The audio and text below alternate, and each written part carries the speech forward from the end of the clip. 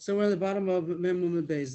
We're talking about Shemitah, Shvius, and the subject was about transferring the Kedusha from the Shvius to something else. As we said, that is Topis Damav, that it takes effect. The Kedusha transfers also to the money that you bought it with for the transaction. And what the Gemara said so far was that everybody agrees that the money does get, all the words, seized, nitzvas, the Kedusha, if there was a transaction, that there was a buying and selling. But if it was just a chilul, just to transfer the Kedusha, so the question is if that also works.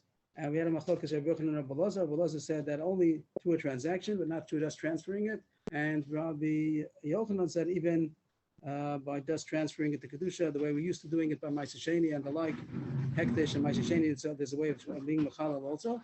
And he says it applies to Shvius. You could just transfer the Kedusha without making a transaction. So we're on the, at the end of this, just to retract a little bit, we backtrack a little bit. The Gemara brought a machlokas. This machlokas of Yochanan and Rabbi Elazar. The Gemara said you have a brisa for each one, and the Gemara brought the first brisa was the whole seder has somebody had pair of Shvius and he bought meat with it. He and then with the meat he bought how do we say, fish and fish wine and wine oil, all these things. So it says the klal again, very important to remember the klal, that the original peiros never got a kedusha, but the one that comes in and out, everything else could be transferred. And the whole Gemara's diak was that it said lokach. Since it had all of these examples, it could have said that some of them that he just transferred the kedusha, but it doesn't. It says all of them that he made a transaction. Like you just see on the top line over here, Ketzad lokach peiros basar, and then again lokach bebasar dagim. I missed it. Lokach bebasar dagim, and then lokach bedagim yain. It says lokach. It all talks about transactions. That was the raya that the only way to transfer the kedusha is only through a transaction, not just transferring it without a transaction. I hope my English is right. Transaction, I mean to say when there's a sale. And transfer does mean that you transferred it without making a transaction. And then at the bottom of the page, as we're up to, we brought a right of Yochanan, so we'll do it again. It's about 5 lines from the bottom. Tani Kabas said Rabbi Yochanan. This is going to be a proof that it works even without a transaction. Just the transfer to Kedusha also is possible to do it. And it's telling us halacha about the transfer, but it does use the word transfer instead of using transaction. We're on Remember Beis. Remember Beis, the bottom couple of lines. Echad Ma'aseh Sheni, Echad Shvius, Echad Ma'aseh Sheni, Mischaven Albeim B'Chai Bof, Ben Chai Ben Shchut and Divrei Abner. Here the issue is if you can transfer the kedusha onto a live animal. Of course, these things are supposed to be eaten, the Shemitah and the Ma'aseh Sheni, and you're transferring it onto food. The question is food only when it's already shechted? How about a live animal? You have a live Behem Chai Bof, but you want to shecht it. Can you make the transfer even when it's still alive? So Rebbe says yes, you could transfer the kedusha of the Shemitah or the Ma'aseh Sheni onto a live Chai or Behema, even if it's alive, and for sure if it's shechted. But Chachamim say not. Chachamim say al shchutim mischalin, al chayin mischalin. Gzeir shem yikabel men ador. A side point, everyone also agree that it's considered food. They don't say that a live animal or fish, not fish. It talks about here a live animal, bird or chaya. They also consider that it's considered food even before shechted. But there's a side chash that you might make a good business out of it. You have this animal. Now you transfer the kedusha of the Ma'aseh Sheni onto a live animal. So instead of just shechting it and eating it, maybe you'll keep it around and it'll be able to reproduce, and you'll make more for your money, get more. And we don't want you to do that. Rashi says, Ma'aseh Sheni is mitzvah to eat it the same year. And even if not, by the 3rd year, there's a din of beer and mice, so you have to make sure that you finish all the mice by the 3rd year, and not to leave it around so long. And by Shemitah also, Rashi says that the schorah is this to leave it around also past the year, beer mice first, and Rashi means down schorah also. So therefore, they say, with Rabbanan, Gzeira, in order you shouldn't come to make this whole flock. You shouldn't come to raise herds of this flock. So that's not really our subject right now, but what the Gemara is going to be medayik is all that it says the word mischalin here, 4 lines from the bottom. When it said mischalin, it spoke on mischalin. The Gemara takes mischalin to mean just making a transfer without a transaction. And that's the right of Yochanan that you can do a transfer also. That's as far as we got yesterday, and over to the bottom line. The bottom line, and the next couple of lines on the next page, I'm not about subjects at all, is it's going to this focus that we just mentioned. Are you allowed to buy with Shvius or Ma'aseh Sheni? Can you buy a live animal? The Ayachoshish for this thing about maybe you're going to keep it around in order to graze flock. Amarava Machlokis, top line in Mem Aleph. Machlokis b'schorim. Only male animals. That's what Machlokis. And Rabbi says without Choshish, you're going to keep around a male animal in order to reproduce. Rashi Rabbi also agrees that it's a good, big chash, that if he has a female animal, he's going to leave it around in order to be able to reproduce. But the male animal, people don't need, they're not such a big, one male could impregnate many females. So it's not necessary to keep around a male animal from Shemitah and from Beis Ma'aseh Sheni. It's not pressing him so much. The females, each female is worth that he could have another baby from it. So then there's a chash that he'll leave it around. And the Gemara is saying that Mary also agrees to this chash. He's only saying by a male you don't have to be choshesh. And the Rabbanan make like a double chash that only the females is also only gzeira shema yigav men adorim, and he also makes a double gzeira that the males are to the females. Usually you don't make a double gzeira, but here they said that you have to make a double gzeira also. All this is a side point. It's not our subject right now. We're going to go back into our subject. This was a side point. If you're allowed to buy a live animal, and the Gemara passed like the Chachamim that you're not allowed to buy a live animal with the Ma'aseh Sheni, buy or Machala, not after buy. You can't transfer the kedusha of Ma'aseh Sheni or Shvius onto a live animal. No difference male or female, because you might leave it around too long, and we don't want to. We want to make sure you have no incentive to leave it around longer than you have to. On the third line, we're back to our topic. Our topic again was, can you transfer the Kedusha without a transaction? Just making a transfer without a transaction. Does the work? Does the Kedusha of Shemitah gets transferred? So again, we had before that Ma'aseh Sheni, everybody knows that's what we do nowadays also. Ma'aseh Sheni, you make a transfer. Even if you bought produce that has to be tied, so you do the Maaser, and then you machal the Ma'aseh Sheni, you don't have to go to the transaction. You just do it on your own. And hektish is the same thing. If you have something which is hektish, so you can transfer the kedusha by saying, I hereby transfer the kedusha onto the other thing. So you can do that without a transaction. Can I show a simple chart, please? Yes, sure. Oh, I have to get permission over here. 1 second. Okay. I think you do.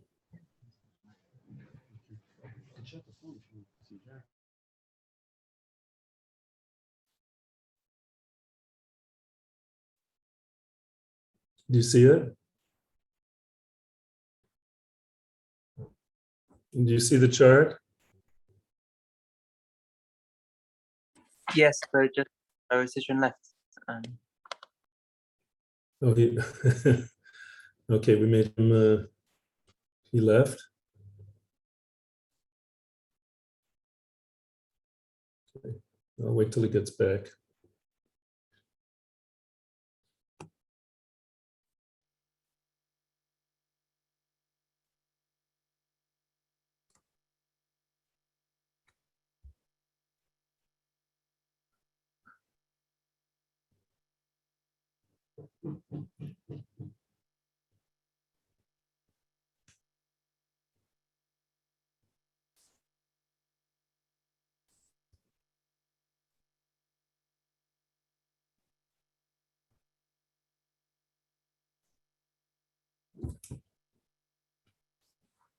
Okay, I'm sorry that it made a glitch, but anyway, this just shows that the Shemitah fruit is going to, I think Rebbe said that this will continue to have Kedusha, but the money then also goes to the money. The Kedusha also goes to the money. Oh, there's Rabbi Citron. So, Rabbi Citron, you are muted. Okay, if you can start again, because I missed it. We all missed it over here. So yeah, but if you could start, you probably were explaining before. Anything you explained? The Shemitah fruit has Kedusha, and then if you put it on the money, they're both going to have Kedusha. Right. Correct. And then if you take the money to some other fruit, the fruit will have Kedusha and it'll go off. It'll transfer, but then it'll still be on the apple, but it won't be on the money. It'll be on the orange. Right. That was like yesterday's Gemara. Yeah, that was yesterday's. Yeah, very good. Okay, Yashikar. Thank you. I'm sorry. Okay, back to very good. Back to the Gemara. I don't know why we got kicked off over here, but okay, we're back on again.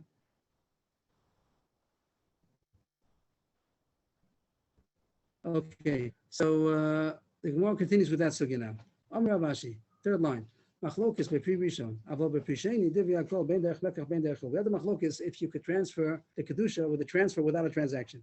So now the Gemara says, Rashi says that the machlokes is only Pri Rishon. Pri Rishon means the original Shemitah fruit, the produce that grew on Shemitah. That's called Pri Rishon, the actual original, authentic fruit that grew on Shemitah. So that's called Pri Rishon. Everything else that you bought with it or that you transfer, that's called Pri Sheni. So he says the machlokes is on the first fruit, the original fruit, if it could be transferred with a chilul. Everyone knows that if you bought something with it, definitely the kedusha transfers means it goes on to the second thing also. We said that the first one never leaves. The first kedusha never leaves. But when you make a transaction, it'll also seize the other money, tophes, the other money also, the other fruit or the other money also kedusha shvius. Everyone agrees to that, even if you did it. That's not that. That's I'm sorry. That's mekach. And machlokes is if you can do that by chilul. But the pre-sheni, if it's not the original food, then everybody holds you could even do it there. Again, that the machlokes we had till now, that some held only with a transaction, does the kedusha continue to go on to other things? Here the Gemara is saying that on the pre-sheni, anything besides the original food, everybody will hold that it does get transferred even with the chilul alone. Let's take the example of the Gemara before. We have Levi Yaakov's example here with the apple and then the orange. But let's take the Gemara's case that he had food, perish shvius, and then with that he bought meat, and with the meat he bought fish, and with the fish he bought wine, with the wine he bought oil. That's all those are called pre-sheni. The original one that grew in Shemitah, that's one that's called pre-rishon. The rest of them all called pre-sheni. That one doesn't lose. The first one doesn't lose the kedusha, and the rest of them they do get transferred the whole time. Now the question is, does all that happen with a transaction only, or even with a transfer without making a transaction? So here the Gemara says that everything besides the first time, besides the first one, from the original pre to go on, let's say the case of the Gemara, the original perish shvius to the kedusha should go on to the meat. That was the first case. Then there's machlokes. Then the machlokes is if it happens with a transaction, with a transfer, or only with a transaction. But the rest of them, financially sell it and buy. that there was a transaction, yeah, there was a buying and selling. But if it would be the rest of them, what we have here after the meat, we had the fish and the wine and the oil, all those different transfers. Everyone agrees that you can do that with a transfer also, even without making a transaction. That's what Rashi said. And the I transfer the kedusha from this meat onto the fish. You're sitting in the kitchen and you have meat of shvius. And you have fish of chulin, and you say, I want to transfer, everybody will hold you can do the transfer. The transfer will take effect even if there was no transaction. Just transferring it by yourself. A declaration of a transfer.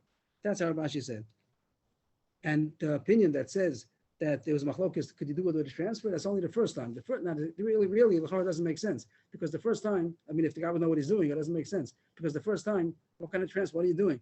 You're taking the original perish shvius and you're transferring the kedusha onto something else. You don't gain anything. The original one doesn't lose its kedusha, and now the kedusha is going to go on to the second one. Why should they want to do that? It doesn't make any sense. You're not gaining anything. Usually, when you do that, let's say by Ma'aser Sheni or by Hekdesh, because you want to take the kedusha off. So how does the Ashkol call it? To deconsecrate.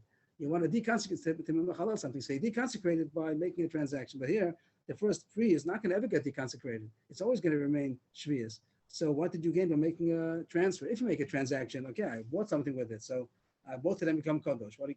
That happens. But to make a transfer and nothing is being deconsecrated, the first one is still, so it doesn't make sense.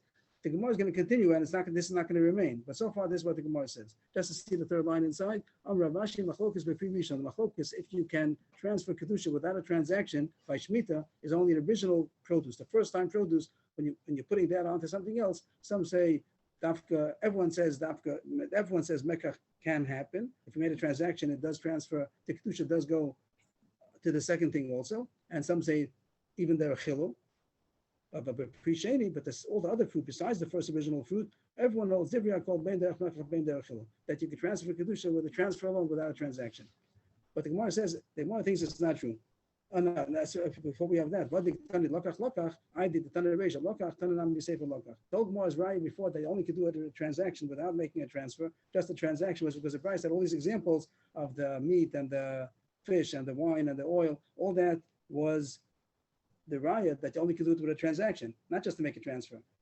But the kasha is now that he also should have said that only the first time was a lokach. The first one was a transaction. The rest of them could be transfers. So why does the Brisa say lokach the whole time? So he says because the first time had to be dafka the transaction. That's why he says again the rest of them lokach. But the rest of them could have been a transfer without a transaction. It's good so far. Is our shita going well so far? I hope it's not complicated. The Rav Ashi said that everybody agrees that the first time, the second times, the rest of the subsequent transfers could be made with a transfer alone. Machlokes says the first time, if that could be with a transfer, only with a transaction. And the Gemara is now as a kasha on that. The Gemara is going to show the Brisa openly says that even the subsequent transfers can only be made with a transaction. You're saying that everybody holds that in the subsequent transfers, it could be a transfer alone. Here's a case. Somebody has money of shvius. Seller means a coin, the money of shvius. Money of shvius, how do they say money doesn't grow on trees? So this is not the original pre-rishon, right? The seller, the money of shvius is definitely pre-sheni. It's not the original thing that grew. So what would we say? Just to get ourselves set up. Rav Ashi just told us that everybody else you could do a transfer. What if somebody has money of shvius, money, shmita money, and he wants to buy a shirt. He wants to buy a garment with it. Now we know you're not allowed to buy garments with shvius money. So does he have any? So what would you give? What would you give advice to somebody who has shmita money and he wants to buy a coat with it? He wants to use it to buy something which you're not allowed to use for shmita money. I'll just say it's short, and then we'll see the Gemara inside. The Gemara is going to say if all the transfer is good, he should sit down in his kitchen and take the oranges and the oranges that he has at home, and say the money is hereby transferred. The kedusha is hereby transferred onto the oranges, and eat the oranges with kedusha shvius. And now you have chulin money. Go to the store and buy a coat.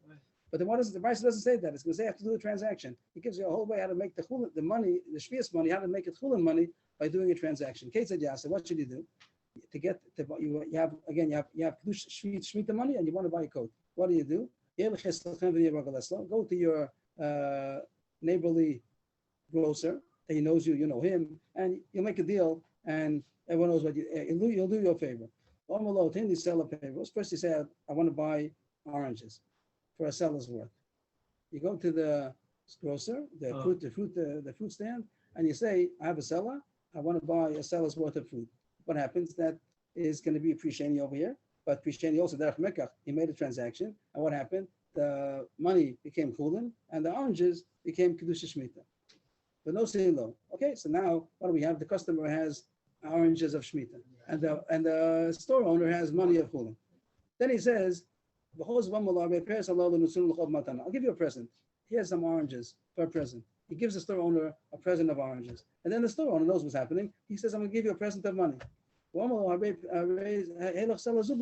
give each other presents. So everyone knows that it's a formality, but that's what he wanted to do. He wanted to make that it should be able to be it shouldn't be a transaction because he wants to get the chulin money. So he made the money chulin. How did he make the money chulin?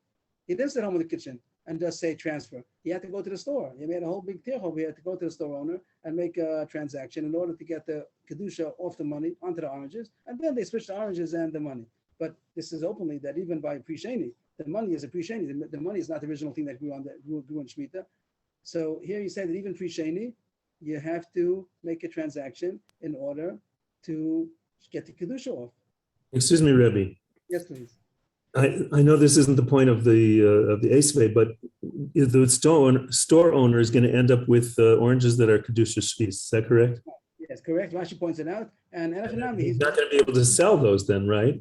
Right. Okay, but maybe only to a chaver, to somebody that he knows will eat it, and not too much. So why would he be willing to do it? Because now he's going to be stuck with shvis.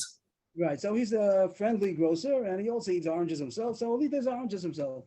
Like he's doing him a favor. He's doing him a favor that he's going to end up with shmita produce that he didn't have before. But it isn't so difficult. That means eat it, and don't waste it, and don't use it not the regular way. It isn't so hard.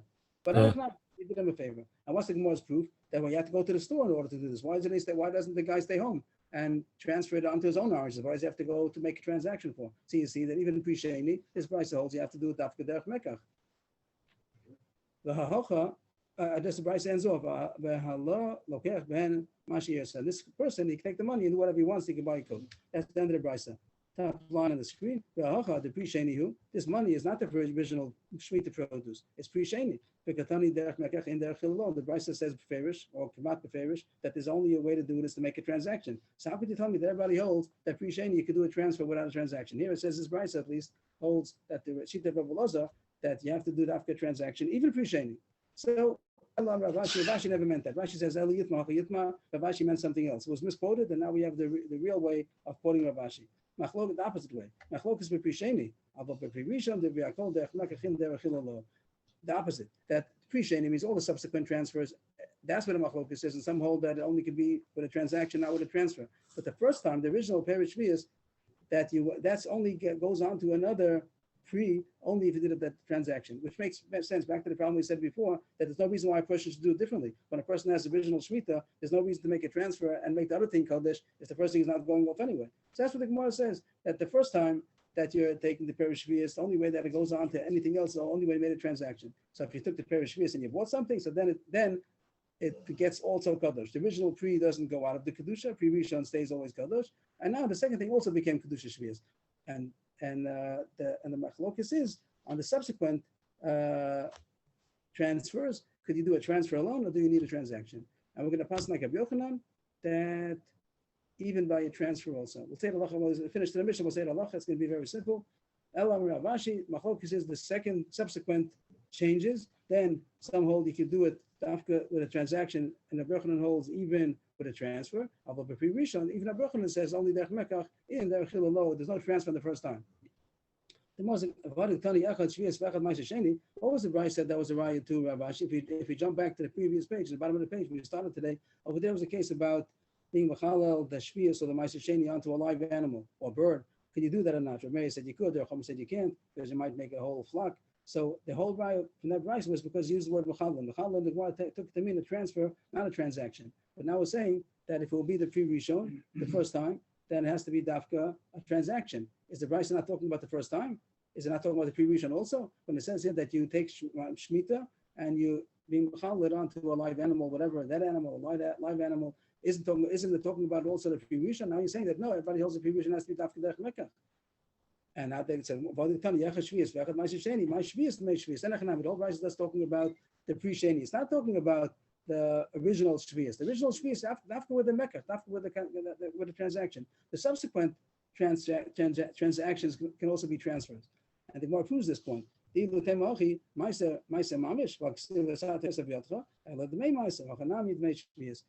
original, the Bryce before, that Bryce we just learned, it doesn't just say Shvius, it says Meiser also. Here's the Bryce, it doesn't see it on the screen. It says Echad Meiser Sheni. It talks about both of them. But Meiser Sheni, when you have Meiser Sheni produce, you're not allowed to transfer it onto anything. That's for sure. That's the topic we transfer onto money. The pasuk says if you have a lot of Meiser Sheni and it's too much to carry to Yerushalayim, so you transfer it onto money and take the money to Yerushalayim, and over there you buy produce and that becomes Meiser Sheni. But that original transfer has to be dafka onto money, not onto anything else. Here the case putting it onto animals, live animal, dead animal, it's surely not talking about the original Meiser Sheni. So since the Bryce by Meiser Sheni is not talking about the original Meiser Sheni, it's just talking about the pre-Sheni, the subsequent transfer. So too, the Shvius also is talking about the pre-Sheni, not the original pre-Rishon. That's the end of the sugi. We got up to the Mishnah. Just some of the halachas that we learned, very easy. That we passed like a Yochanan, the way the more comes out according to Ravashi. So the first time when you have a Perish Shvius, the original Perish Shvius that grew, if you make a transaction, the thing that you bought with it also becomes Kodesh, also becomes Shvius, and the original thing stays the same. Subsequently, there's no difference if you made a transaction or a transfer.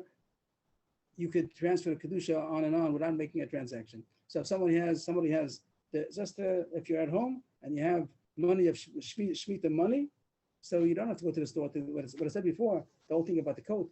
According to what we pass like that Bryce. We pass like a Yochanan on the other Bryce, that you're allowed to change over the Kedusha with a transfer alone without making a transaction. Not the first one. The first one only, he wouldn't want to do it anyway. But it only seizes the Kedusha on the second thing only if you made a transaction. And the rest of them, you could make transfers alone without going to the store. You sit in the kitchen and you say, this is hereby transferred onto them. Even the money that he buys from the original. Yeah, because the money is really not the original anymore. So the money, the meat, the fish, whatever you have, anything which was, that you can make a transfer in order to take the Kedusha off one and onto the next one. So we got a little introduction into Hilchos Shemitah. We hope to be doing more in the next couple of weeks before Rosh Hashanah comes. So this is the first few sugis. That's for some of the sugis we talked about. If Esher goes to Lakita, but when you pick it off the tree of Chanata, to decide which year does it belong to, is it the 6th year or is it the 7th year? And we had the issue about not giving more than 3 meals worth of Perish Shvius to Amoris because he might misuse it. And there's Issa Schora also, which Rashi always talks about that he shouldn't leave it after the Zman Bir. And Tosfos says no, there's Issa Schora besides that also. Famous Tosfos says that there's no number to the Ein Mispar L'Dinim or Yisurim Sheish B'Perish Shvius, but not to get scared. Hashem will learn the halachas, will do it all. And Machlokes was what the criteria for Shvius is. both as far as which things take effect on Shvius and also what you're allowed to do with Perish Shvius. And we pass that has to do an also Shova, that if the consumption and the benefit happen simultaneously, not like Rav Yossi says that it depends on something which is Shavuot L'chol Nefesh, we don't know like that. And today's sugi was about the Chil Derech Mekach. The first original Peri only spreads its kedusha to the other object only if it was Derech Mekach with a transaction, but all the subsequent transfers could even be able to transfer along without a transaction. If that's good, we start the next Mishnah. And much easier. Everybody is welcome to start again, even if we missed, even if it was a little difficult. Till now, it gets very easy. But we show. Yes, please. There's just one Nakuda. There's a very substantial Rav Elchanan who asks the question: how is the Havamina of the Gemara? How can the Gemara learn from Kodshim to Kedushas Shvius when Kedushas Shvius is never Paka, whereas Kodshim you're able to be Mafkiyat? I'm sorry that I don't understand the question. Okay, go weiter. Okay, my ignorance, but I'd like to hear it later. Then I don't understand. Okay, I even heard it, Terrence, but it's not relevant if you don't understand the question. Right. Okay, so we'll try. Mishnah.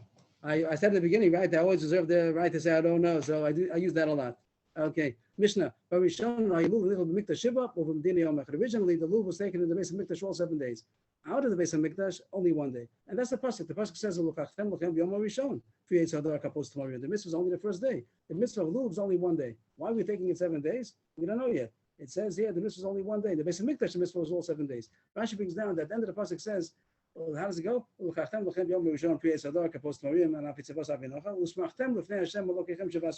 should rejoice before Hashem 7 days. So Rashi means the drasha that the first day is the mitzvah all over.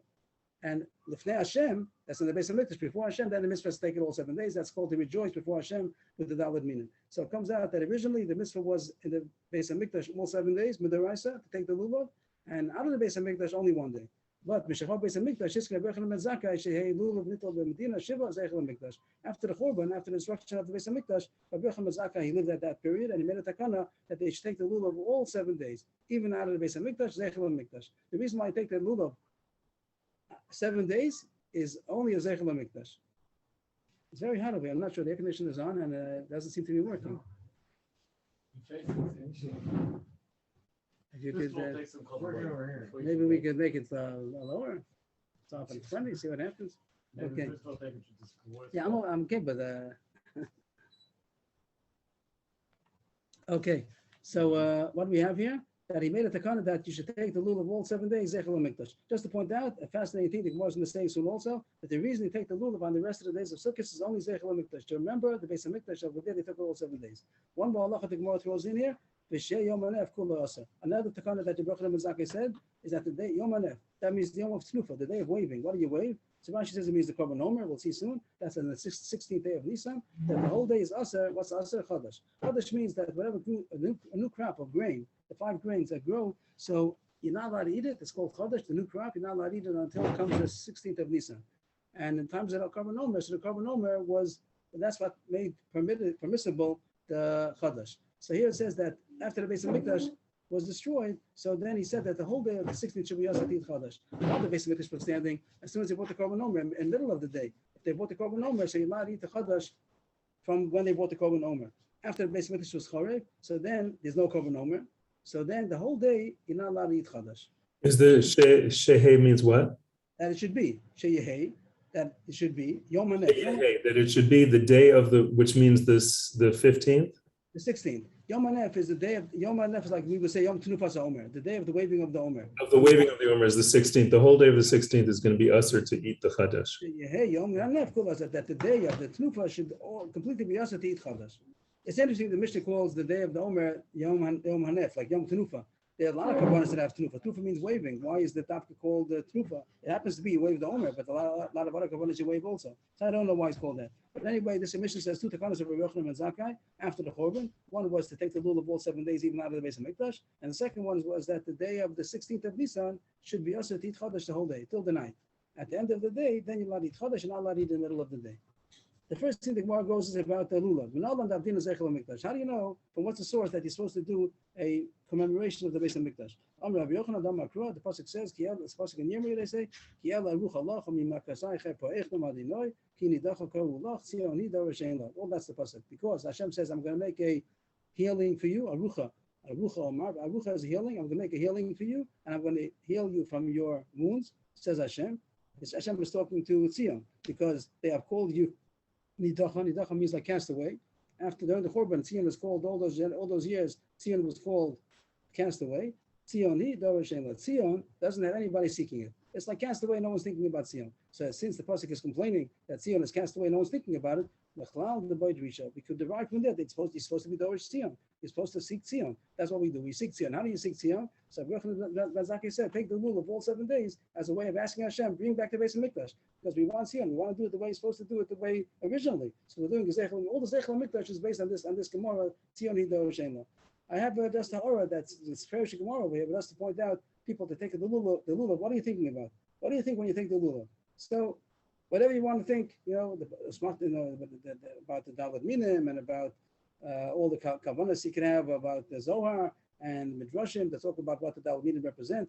That's all for the first day. But here the Gemara says that the kavanah for the second, third, fourth, fifth, sixth, seventh day is to be Dorish Tzion. That's the kavanah of lulav. Why am I taking a lulav? Maybe you have the other kavanas also. But if you miss this kavanah, so you miss the main point. The main point of taking the lulav on the rest of Sukkot is to be Dorish Tzion, Zechel HaMikdash. So I think it's quite essential to have this kavanah on the subsequent days of Sukkot. That's the whole Gemara about the first part of the Mishnah. Now the Gemara continues the second one. Sheyeh Yom Hanef. That the day of the 16th of Nisan, which is the day Tnufas Omer, is completely also to eat Chodesh.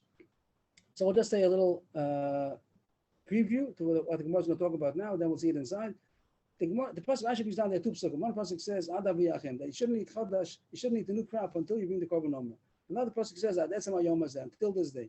So when the Beis Mikdash is standing, you have the Korban Omer. Everybody agrees that you're not allowed to eat Chodesh until the Omer. After the Omer, you're allowed to eat the Chodesh, the new crop. And it depends whenever you bought it. If you bought it in the morning, 7 o'clock, so eat at 7 o'clock. You bought it in the afternoon, 12 o'clock, eat it at 12 o'clock. You bought it 3 o'clock in the afternoon. Whenever you bring the Korban Omer, that's when you're allowed to eat Chodesh. Before that, you're not allowed to eat Chodesh.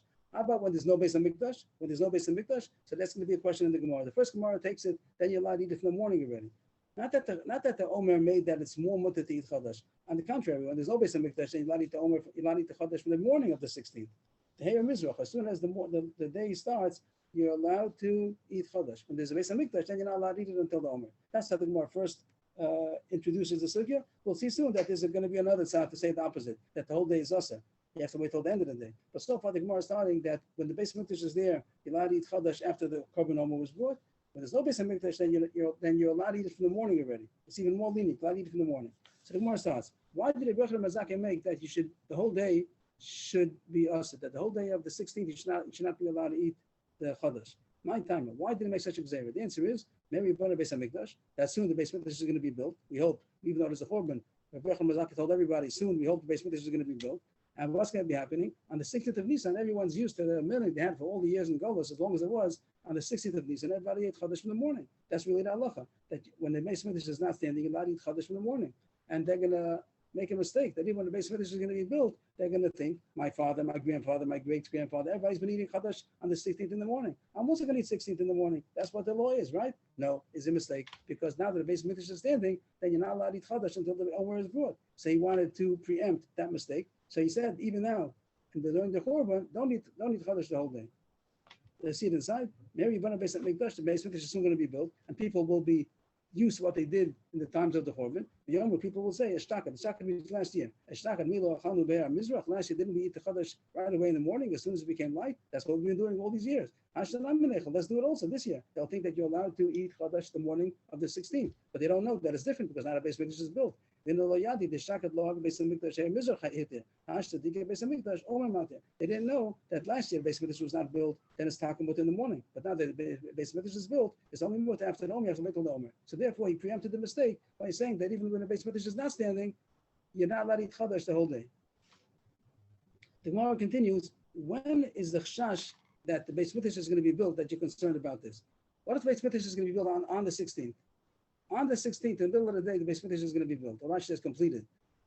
What happened then? In the morning, when the morning shone, when the sun shone in the morning, it was no Beis Hamikdash yet. The Beis Hamikdash was built in the middle of the day. So, and when the morning came, it was ready mutter to eat chadash. Just because the Beis Mikdash is going to be built as the day goes on, is not going to make that the chadash should become musr again. It was ready mutter in the morning. It doesn't become musr again. That's what they was pointing out. The Ivni Amos. When is the Beis Mikdash going to be built, or at least the chash is going to be built, that you're concerned about this? Elam with the Ivni B'Shitzar, if it's going to be built on the 16th of Nisan, in the middle of the day, it's not mutter on that day. The people are not wrong. If they're going to start eating chadash in the morning, they're okay. And even if the Beis Mikdash gets built, they can not continue eating it. It doesn't become musr because the Beis Mikdash became built in the middle of the day. Once it was mutter, it was mutter. The chash is that it's going to be built on the 15th, means before the 16th. So when the 16th morning comes around, it's already the Beis Mikdash is standing. You don't have to wait for the Omer. They're going to make a mistake and eat the chadash in the morning. So that's why he made a katakana that should be also the whole day. The Gemara still is concerned. It's still no reason to make such a big zera. Really, it should have been mutter from the morning. And he says, after Bechoshish, Beis Mikdash is going to be built. So he made it also the whole day. But even the Beis Mikdash, even when the Beis Mikdash is standing, it isn't also the whole day. It's only also until they bring the Omer. And when they bring the Omer, the Gemara will say right away, it's a Mishnah that you're allowed to always rely that they brought the Korban Omer by midday. By midday, they did it. If they didn't bring it, it's true. Then it'll be also even after, till they bring it. There's no din in chatzos. But it says that without knowing, you're allowed to always assume that Bezin was reason, and they would have done the Korban Omer by midday. So if the Beis Mikdash is standing, you're allowed to assume that the Omer was bought by midday. So why do you have to say the whole day is Asa? It would have been enough to say half a day is Asa. It should have been mutter from midday. It says that even if you follow through Yerushalayim and you don't know if they bought the Omer, you're allowed to eat it from midday and on, because everyone knows that Bezdin is not going to be lazy. Bezdin succeeded in bringing the Korban Omer by midday. So even if Rabbi Yochanan ben Zakkai was choshish, people are going to continue doing what they always did, and he wanted to say no, that now the Beis Mikdash is built and you have to do according to the Beis Mikdash laws, but it still should have been mutter from midday. So he didn't have to make such a big precaution to say that the whole day is us. It would have been enough to say half a day is us. The Gemara answers, so the one says, you're right, under usual circumstances, Bezdin always was careful to bring the Omer by midday, but under the circumstances over there, the Beis Mikdash is going to be built right that night before or the day before. We understand that it's going to be a lot of confusion when the Beis Mikdash is going to be built. The more seems even very generous and encouraging that people, when the Beis Mikdash is going to be built one day before, we're going to get our act together. We'll know how to bring the Korban Omer and bring it by the end of the day, by the end of the 16th. But the Gemara doesn't worry; it won't be ready by midday.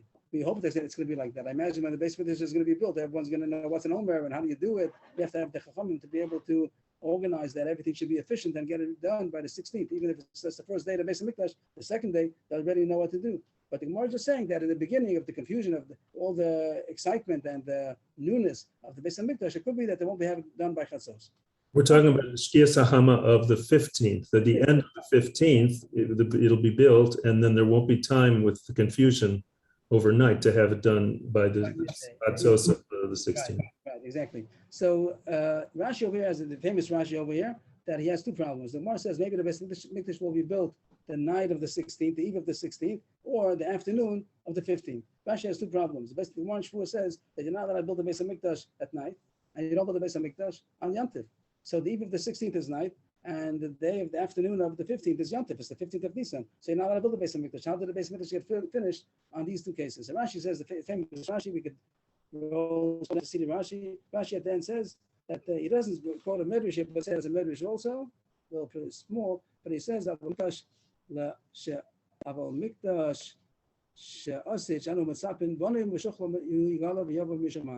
the third temple not necessarily is going to be built by human hands. It could be that it's going to come from heaven, and therefore it could be that it's going to be built even at night or on Yom Tov. This is the Rashi that everyone quotes always. That.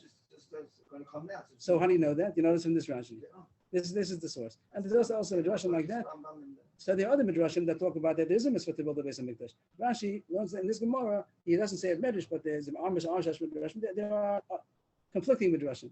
And the Pasha says there is a mitzvah to build the Beis Mikdash. If we're able to, we should build the Beis Mikdash.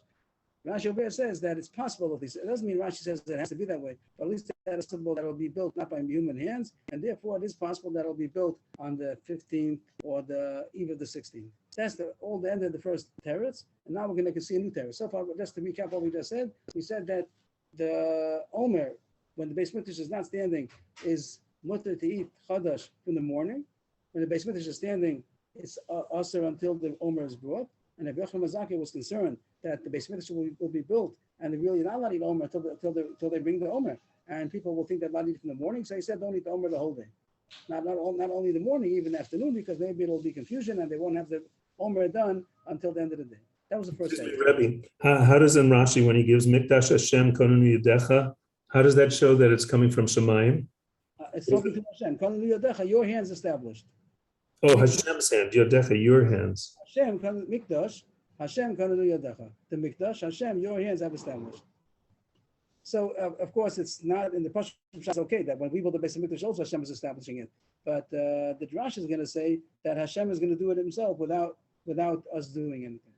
Rabbi Leventhal says that it's possible both ways. If we're Zocher, then we'll build it ourselves. If not, then it'll come from heaven. He says that counterintuitive, which is a bigger madrega. If we do it ourselves or it comes from heaven, people will say if it comes from heaven. But Leventhal says the opposite. It's a bigger level if we're able to do it by ourselves. If not, Hashem will do it. Okay, well, that's Hashem. We should see the Beis Mikdash soon. And the Pasha says there is a mitzvah. If we're able to, there is a mitzvah to build a Beis Mikdash on our own. Rebbe, Yes, please. maybe the Dugma is by Moshe Rabbeinu, by Noam. He did his shtadlus, and then Hashem was the one who actually made it go up. Uh-huh. And what? And over here also, it'll be possible that it'll be built on the 16th, because if we did something, Hashem will finish it off. And that'll be on the 16th or on the 9th. Okay, good. Yashakal. The Gemara continues. So all this was going with the school of thought that when there's no Beis Hamikdash, it's mutter from the morning. And Rabbi Yochanan Mazaka made a takana, then it should be also because Beis Mikdash is going to be built. Now the Gemara takes a U-turn. Not much opposite. Rav Nachman Yitzchak Amar, Rabbi Yochanan Amar, he says, Rabbi Yochanan Mazaka b'shittas Rabbi Yehuda Amar. Rabbi Yochanan Mazaka, he said it's also the whole day, not because of a takana, but because he holds like Rabbi Yehuda. Rabbi Yehuda is really generations after Rabbi Yochanan Mazaka. Rashi says it means he holds the same opinion as Rabbi Yehuda, even though he came generations later. The Amar min Torah aser. He learns the opposite. That when the Beis Mikdash is not standing, then it's aser min Torah. It's aser to eat the chadash from the morning. Not that it's mutter till the whole day. Not that it's till now. That's really mutter from the morning. And only Rabbanan he made that should be aser because Achshash Beis Mikdash is going to be built. When the Beis Mikdash is not standing, you're not allowed to eat chadash the whole day. The whole 16th is aser midaraisa. The chsiv, next page over here. On the base, the chsiv. Ad etzem hayom hazeh. That's the pasuk we bought before. We didn't say it inside the Gemara. Rashi brought it down that it's only chadash until that very day. Adi tzuma shel yom, that day. Because over ad v'ad b'chlal. Till now we understood ad v'lo ad b'chlal. When it says ad, this word ad, the first word on the page, ad, until, does that mean including or until not including? So that's a machlokas always. Do you say ad including ad or ad not including ad? So here the Gemara says that don't eat it until this day means don't eat it including that day. That even that day also, the whole day don't eat it.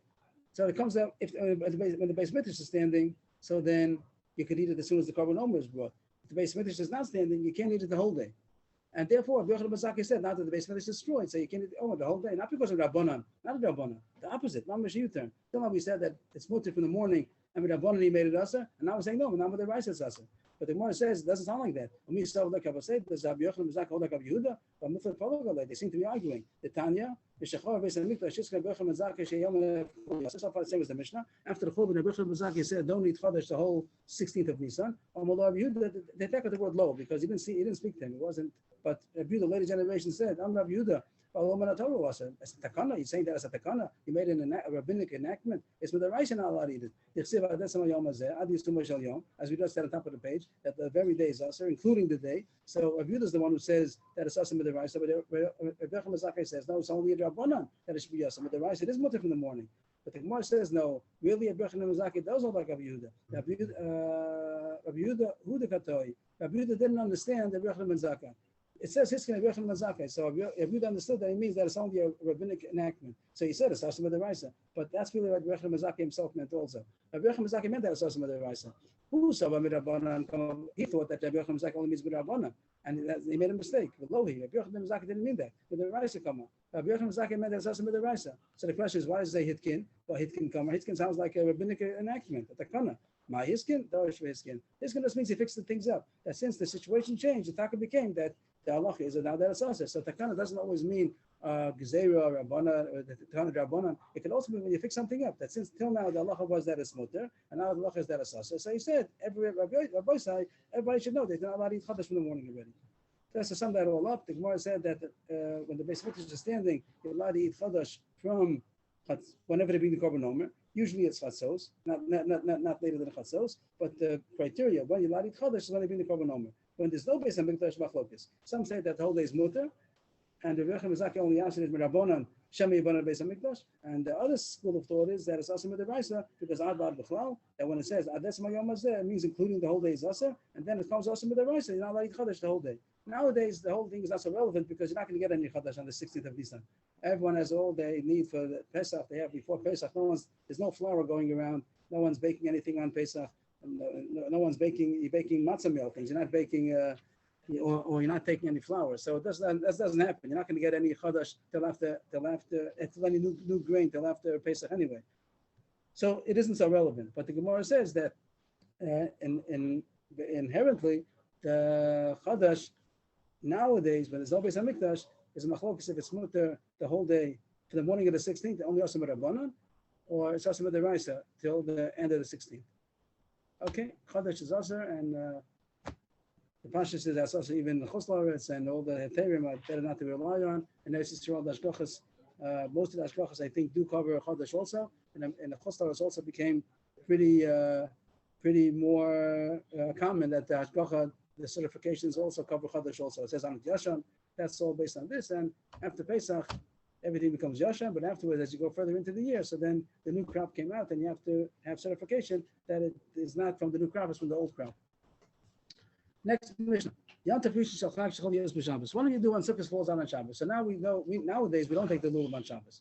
So we'll get to that. But so far the Mishnah says you do. So we'll see how things change. But here it says that the first day of Sukkot, if it comes out on Shabbos, you do take the lulav even on Shabbos. The rest of the days not. If Shabbos comes out on a different day of Sukkot, you don't take the lulav. But on the first day, if the first day of your Sukkot fell out on Shabbos, the Mishnah says you do take it on Shabbos. We don't do this, no, but just the Mishnah says you do. And you're not allowed to carry. You're not allowed to carry on Shabbos. But it says take the lulav to the shul before Shabbos, and then on Shabbos morning you'll have the lulav over there. That's what the Mishnah says. Everyone takes the lulav before Shabbos to the shul and put it aside in a good place. And the morning Shabbos morning they come early. Everybody should recognize his own. He should have his name on his plastic bag, whatever, and he should know that it's his lulav. Why have to be careful to get back your own again? Because on the first day, not to us was somebody else's lulav, but that's Mishalachem. The Gemara is going to say this soon. So you have to make sure you get your own lulav again. So take your lulav to shul before Yom Tov and before Shabbos, and make sure you find it again, and then take your lulav on Shabbos. So here it's saying that you took the lulav on Shabbos, make sure you don't carry, make sure you get your own lulav back. The Mishnah just continues. The rest of the stuff is not a problem. You don't take it on Shabbos, but as far as you don't have to have your own lulav. The rest of the sukkah should be also somebody else's. You're not allowed to have a lulav ha'gazel, but you could have lulav ha'shol. You could have a bar with lulav. It doesn't have to be yours. The first day it has to be yours. A new din. Why if you made a mistake and you did carry the lulav and the Rishus Harabim on Shabbos? You did averi. You carried on Shabbos. But you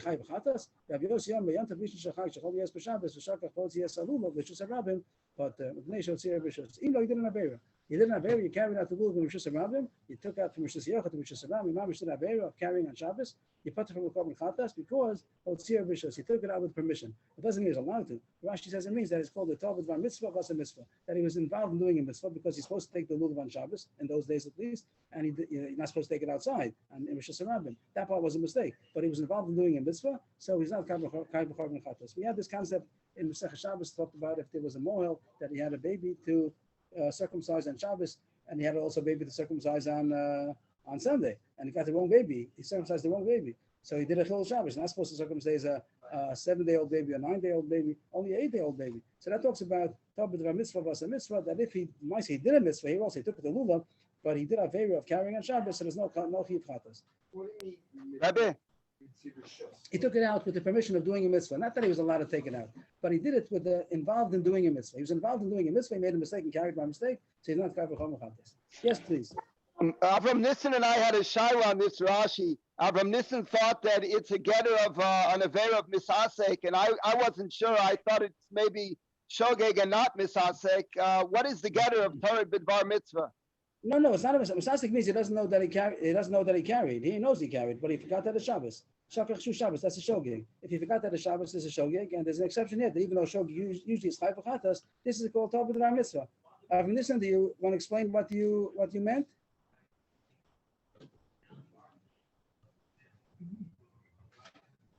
Usually, Masasik means you don't know what to do. No, I wasn't sure. Okay. Masasik means that you're walking the street, you don't know you have anything in your pocket. That's called, you don't know you're carrying even. That's called a Masasik. Or you lean on the wall and you close the light. You didn't mean to close the light, but if you knew you're closing the light, but you forgot that it's Shabbos, so you forgot that you're not allowed to do it on Shabbos, that's called a shogeg. Here that he forgot that it's Shabbos, that's called a shogeg. But there's a special tour from Achatas because he was involved in doing a mitzvah. Okay, that was Rashi uses the lotion of osuk, so that's why I was thinking maybe it's Masasik. It means he was involved. He was involved in doing a mitzvah. Menani Sounds Mila. like a mitzvah, you know, but you did a Aveira. I'm sorry. Doesn't it sound like a mitzvah, but you did a Aveira? He could have done the mitzvah without the Aveira also. It's not that the mitzvah was only done because of the Aveira. He could have done it without the Aveira also. He forgot that he carried it out by mistake. There might be more talk about this later on in the Masechta. The problem is that as soon as he picked it up, he's also the mitzvah already, so he could finish the mitzvah. Now he's still carrying it out, not doing the mitzvah. I think the Gemara talks about it. I don't remember if it's here or in a different Masechta. But the mitzvah wasn't done because of the Aveira. He could have done the mitzvah without the Aveira also. He made a mistake and he carried it out by mistake. I'm not sure if my answer is good, but for the time being, By not immediately. carrying it, you're misread. You already did, as soon as you picked it up, you did the mitzvah. I'm saying, so when you go. When you're carrying it, right. The people that go and do it in shul, whatever. So while they're carrying it, they did the mitzvah. So usually they carry it inside a plastic bag and all these kind of things. So that could be the kichal de davaracher. That's a question if they carried it. But if they did, then also a question about kavana. Did they have kavana to be able to the mitzvah? The whole mitzvah has kavana, so they didn't have a mind to do the mitzvah. How do you know that you have to have your own lulav? We spoke about this already before. The Gemara brought it earlier, but the Gemara has it over again. The Tana Rabbana, this price has a bonus here that we don't need for our purposes. The first line is not our subject. Take on the first day. So first, each person is going to take a lulav. It's not a mitzvah that one person, Bezdin, whatever, is going to take a lulav of everybody. It has to be each person has a mitzvah to take individually the mitzvah of the Daled Minim. We take that for granted, but the Gemara has a drash for that. Each person is supposed to take it. Lachem, the next person says Lachem, Mishal Lachem. This famous Russia that it has to belong to you. The lulav has to belong to you. The Hosea says Shor Sagozel. This excludes that a borrowed lulav or a stolen lulav is not Yotzei. We can't have Chachamim. From here, Chachamim learned. They derived. You can't discharge your responsibility of taking the lulav on the first day only if from somebody else's lulav. Only if he gave it to you for a present. If you gave it to you for a present, then it's yours. Then it's Shalachem. But if he didn't give it to you, just lent it to you, then you're not Yotzei. And then the famous story, Rabbi Gamliel, Rabbi Yeshua, Rabbi Elazar ben Azari, Rabbi Akiva, Shayvam Eschina, Rabbi Gamliel, Bovad, Shalachim Belazuz, that these four Tanoim were on a ship, and they only Rabbi Gamliel had a lulav, nobody else had a lulav. And he bought it for 1,000 zuz. The Talmud Rabbi Gamliel Yatzabo and the son of Rabbi Yeshua. He first used it himself, then he gave it as a present to Rabbi Yeshua. With Matana, he gave it as a present. So Rabbi Yeshua was able to be Yotzei the mitzvah. The Talmud Rabbi Yeshua Yatzabo and the son of Rabbi Elazar ben Azari Matana. And then Rabbi Yeshua, after he was Yotzei, he gave the present to Rabbi Elazar ben Azariah as a present. He told Rabbi Elazar ben Azariah, and then he gave Rabbi Akiva a present. Everyone was able to have the lulav in order to be able to be able to. What? You have to own it. You have to own it. And this is all the first day. The first day only, right? After that, you could use a borrowed lulav. They told Rabbi Akiva, after Rabbi Akiva finished, he gave it back to Rabbi Gamliel. He was the original. He gave it back, and the Gemara says that it's very nice, but why is the Bryce telling us that? Why is the Bryce telling us he gave it back to the original owner? It's telling you a side point. It seems that Rabbi Gamliel, in fact, they gave it back to him. The Bryce is saying that he gave it lachatchila on the condition to give it back to me. Then the Bryce wouldn't have mentioned it. If he just gave it back to be a nice guy, so the Bryce wouldn't have mentioned it. There's nothing to learn out from here. We're learning out that even though he gave it lachatchila, that's a chiddush. You might think that a matana last last is not a matana. I gave you a present on the condition to give it back to me. It's not really giving it. It's not a real present because I have to give it back. The chiddush is yes, it is a good present as long as you have it, it's yours. On the condition you give it back, but as long as you have it, it's still yours. And the Gemara brings also that Rava said so. Hey, la chesed gzal, manasla shtach zireli. If someone gave somebody else an esrog on the condition that he should give it back to me, the tell of Yatzabo, he used it, and he did the mitzvah, he did not know him.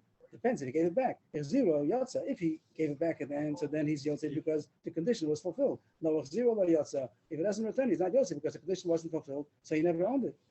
Fine. The Gemara continues. Why does the Brisa say that he bought for 1,000 zuz? I mean, we would say for sure that shows the beauty that he was going to, that's what the Gemara says. But the Yachal come mitzvahs Chadir Shalem to show how beloved the mitzvahs were on them that they were willing to spend 1,000 zuz to buy the lulav. Rebbe, Yes, please. just one quick question on the klal hekziro yatsa lo hekziro lo yatsa. Is it because of mitzvah b'dei avera? What's the siba in halacha? No, it's not his. It's a lulav ashol. It's because it never belonged to him. He only belonged to him. Because you weren't Mekayim the Tanai, then Lemafreya, it wasn't a good It Sheila? wasn't his. Right, it wasn't his.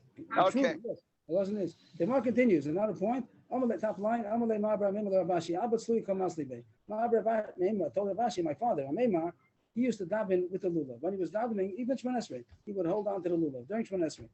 Meisvei, you're not allowed to hold things while you're davening. You can't concentrate. Lo yachaz adam tefillin beyodo b'sefer Torah b'cheiko b'yispala v'lo yashin ma'im na'ayim v'lo yishin b'shenes kappa b'shenes arai. A person should not hold tefillin in his hand and the sefer Torah on his arm or lap while he's davening. They say the word should be zroa, not cheiko, on his arm and daven. While he's davening, he shouldn't hold tefillin or sefer Torah because he might be conscious that he shouldn't drop it, so he's not concentrating on the davening. Also, he shouldn't urinate while he's holding the tefillin or the sefer Torah, and he shouldn't sleep even a dremel because he might drop it.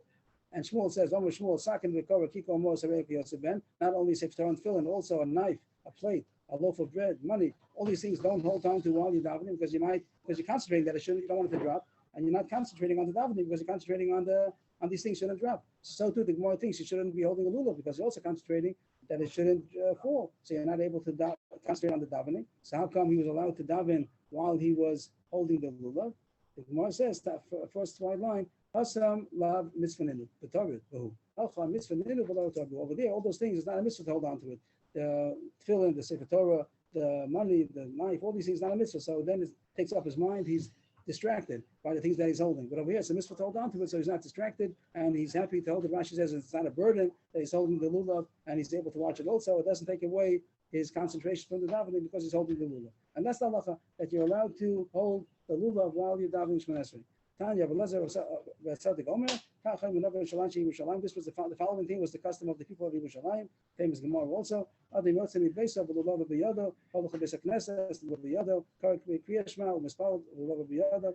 lulav the whole time, but he went to shul, he would hold the lulav. Nowadays people hold it in a case. It could be, but if the pashtus is that he's doing the mitzvah and he's holding it even in the street. So he's holding it the regular lulav and esrog, and he goes to the shul, he's holding it, he's saying Kriya Shema and davening, even Shachris, he's also holding it the whole time. If you daven in sunrise, and then you can't hold it yet because not time of the mitzvah till sunrise. But this was a later minion, so they went to shul already and they held the lulav during Kriya Shema, during Shemon Esrei. When he gets an aliyah, if he gets an aliyah or he's a Kohen, he's doing the Siyas Kapayim, so then you put it down because you can't do this at the same time. Rashi says you have to open and close the Sefer Torah. When he Siyas Kapayim, he has to spread out his hands, so you put it down and then picks it up again. If he goes to visit the sick or comfort the mourning during Yom Tov Chol Moed, he also goes with the lulav. And then he goes to the Beis HaMedrash, Nechas Beis HaMedrash, Mishagel Lulav B'yad Beno B'yad Avdo B'yad Shlucho. Then he sends it home. Then already Rashi says he's going to be involved in the learning. Then it's not a time that he should be able to hold a lulav and to put it down such a long time. Probably already it means it's finished already. He wants to keep it fresh. He sends it home to keep it in the water probably. And then he doesn't take it again. But the whole day till they went to the Beis Medrash, they would hold the lulav for a couple of hours. What is all this telling us? To tell us how beloved they were. The mitzvahs. Why Rashi says? No, Rashi doesn't say. No, Rashi, but this reason that the mitzvahs were very beloved on them. Here it says here, Shechaviva. No, that was the word before that it was Chaviva, that it was a mitzvah. Here it says reason, and that also means some kind of a love of the mitzvahs, and therefore they held the lulav as long as they can. That's the end of the sugya today. Just to sum up the, it's already time just to say a fast summary. We spoke about not to buy a live animal with shvius and ma'aser sheni, and we passed on to Rabbanim, both Zchorim and the Kevus, even Zchorim also. After that, the Gemara came out that they hold like a Yochanan that says that it is Muschala, that's Safka Frisheni, but the pre-Rishon, the original thing, only spreads this Kedusha with a transaction, not with a transfer. The next Mishnah talks about that the rice of the mitzvah of lulav is Only the first. only- the first. the first one is only the mekach. After that, it's even the chilul. And the next Mishnah is about the mitzvah of the rice is only the first day out of the base of mikdash. In the base of mikdash, all 7 days. Like Rechem Zaken made a zechel mikdash. Tzion he davar la all 7 days. Yom Hanef Kol Yosef, that means the 16th of Nisan, when the Omer is being brought, the Chodesh is usher until the Omer. After that, it's mutter. And Shlobos Van HaMikdash is a machlokes, two shittas in the Gemara. Either the rice is mutter in the morning, but they made it the Rabbana not to do it the whole day, or that the rice is also the whole day, like a Yehuda, ad vad b'chlal. The next Gemara talks about that in those days. We'll see nowadays we don't do that, but in days of the Beis Mikdash, the first day, Kalal on Shabbos, they would take the lulav even on Shabbos, but make sure you don't carry. So they brought it to the lulav, to the shul before Shabbos, and they make sure you get yours in the morning, and it has to be lachem. The rest of the days you don't have to have lachem. The Gemara says, learn this out from the word lachem, yishal lachem. Anything else? Then the Gemara brought the Tin Matana Manas Lahachzir, that even if you give Matana Manas Lahachzir, it's considered a good Matana. And you see how beloved the mitzvahs were. They spent 1,000 shekel. Gamliel spent 1,000 zuz for it. After that, the Gemara says that you're allowed to daven while they're holding the lulav, and it's not like other things, which is Torah. This is not Torah.